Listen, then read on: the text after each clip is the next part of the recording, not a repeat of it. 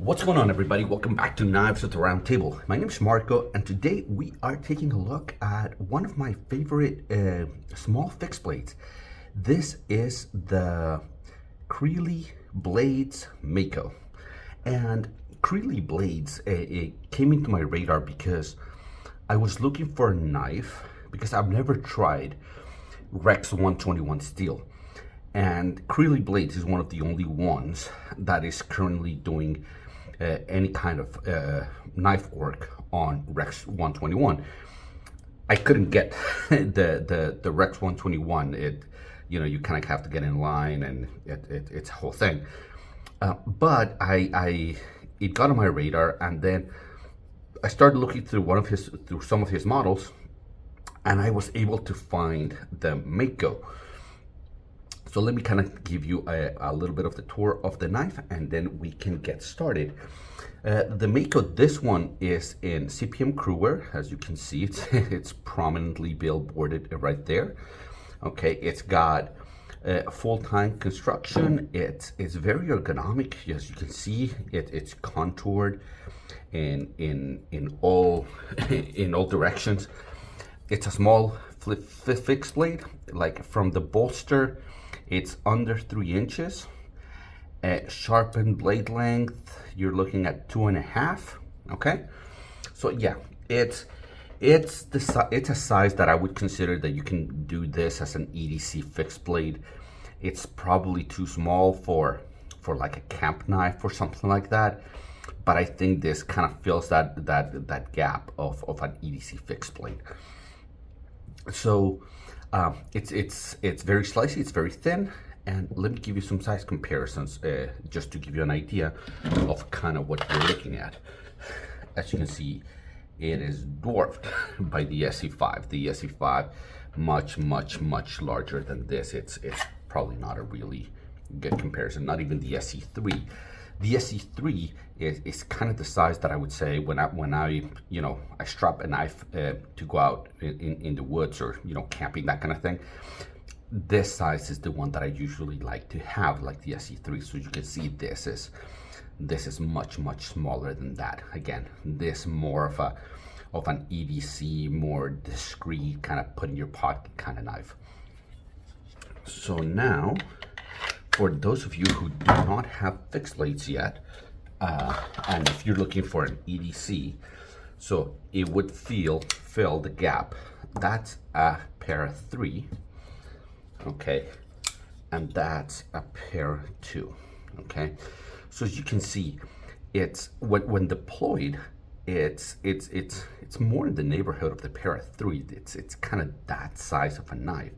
Now, obviously, when it's folded in your pocket, the folders are going to be much more compact, right? But this one, it comes with this sheath, and this sheath, if you see, when I got it, it seemed to be backwards, but it's not really, because it's kind of having it like that, right? It goes in your pocket, and then this clip just clips to the outside of your pocket, such that you can withdraw the knife from the sheath from inside of your front pocket. So if I simulate, the pocket of your pants, this goes like that, and then you extract the knife that way. So it's a fairly small, and you can actually carry it. This fixed blade, there aren't very many that you can do that with a fixed blade, unless you're carrying it on your belt. But for a lot of kind of urban settings, it's better to have your knife concealed. People kind of freak out a little bit about the weapons, right? It's very hard to convince some people these are just tools. So anyways, let's talk ergonomics. So the ergonomics on this one are phenomenal. Okay, I wear large hands. I mean, I have large hands. I wear large gloves. And this one, because of this swell that they have here, it actually fills my hand fairly well. I feel the knife kind of melt in my hand. It's compact, but I can get a full 4-finger grip without feeling my fingers kind of cramped anywhere. I can get a decent purchase. Now, there's not a lot of heavy work that you're gonna do with this knife. It's a very small blade. It's a fairly thin blade. But if you're gonna be, you know, for example, processing a lot of cardboard, right? If you're gonna be breaking down boxes or something like that, this would be excellent. You can, I think you can do a serious amount of work. The ergonomics on this are phenomenal. It's very slicey, and I don't think you'd get tired of the ergonomics. I think the ergonomics are phenomenal, are on par, maybe a little bit better than kind of like a Bark River. It's very much in that neighborhood because they have kind of the same contouring, but they've exaggerated it a little bit. This is a little bit more prominent, and in this direction as well. So the ergonomics on this thing are phenomenal. Now, slicey, it's a full flat grind from the top to the bottom, and it doesn't start as a thick blade stock. So hopefully you can tell it's significantly thinner than the Pair 2 on blade stock. And because, so I've always said that the Pair 2 is fairly slicey, right? And it's because it has a full flat grind. Well, this one has a full flat grind too, but it starts as a much thinner blade stock. So this one is extremely slicey.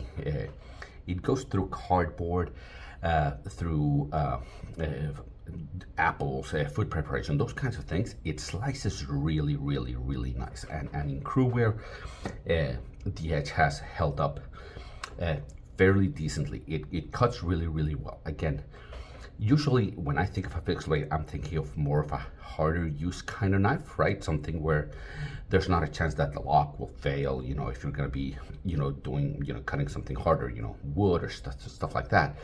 But if you're not, and you want a fixed blade that is very slicey, I think that there aren't very many knives that I would choose over this one, okay?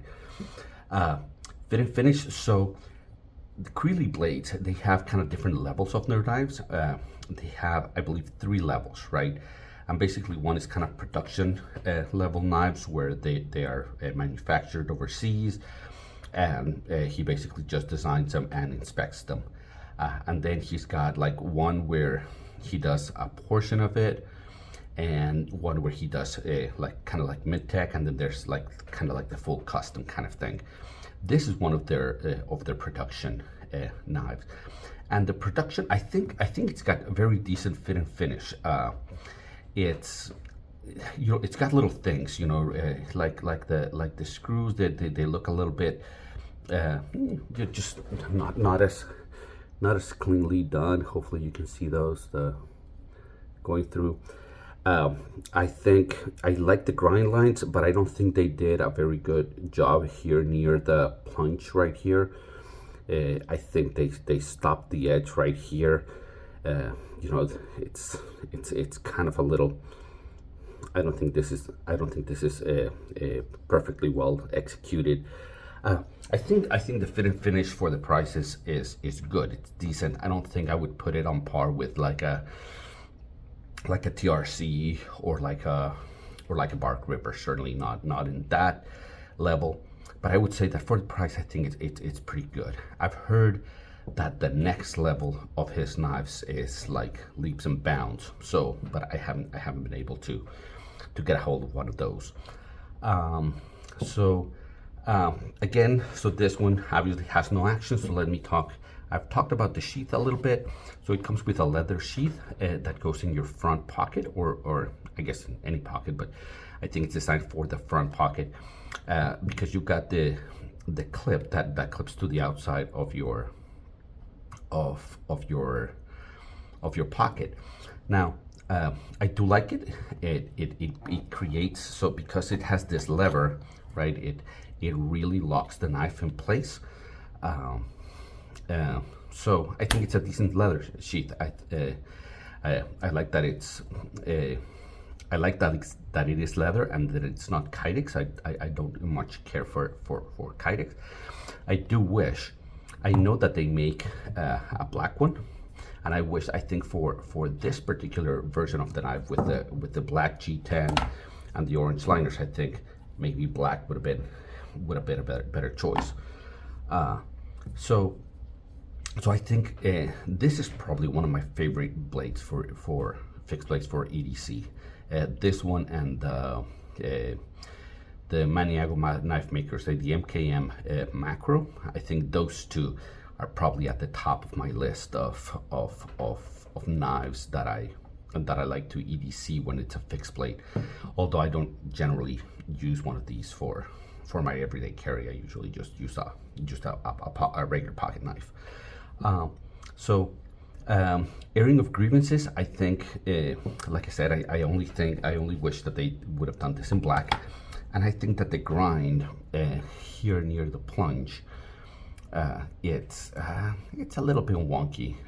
It's probably not the best. It came really sharp. I've used it quite a bit, and maybe it's time for a retouch. But other than that, like I said, I would highly recommend these. I think they're good value. They're not as easy to come by. I think I got this one, maybe Knife Center is where I got it from. But they're, you know, you need to really track it down, and you need to kind of be on the hunt for these to be able to get them. So availability is kind of a problem. I've wanted, he has like a Hunter and a little bit larger knife, CKCD or something like that. I can't remember the name.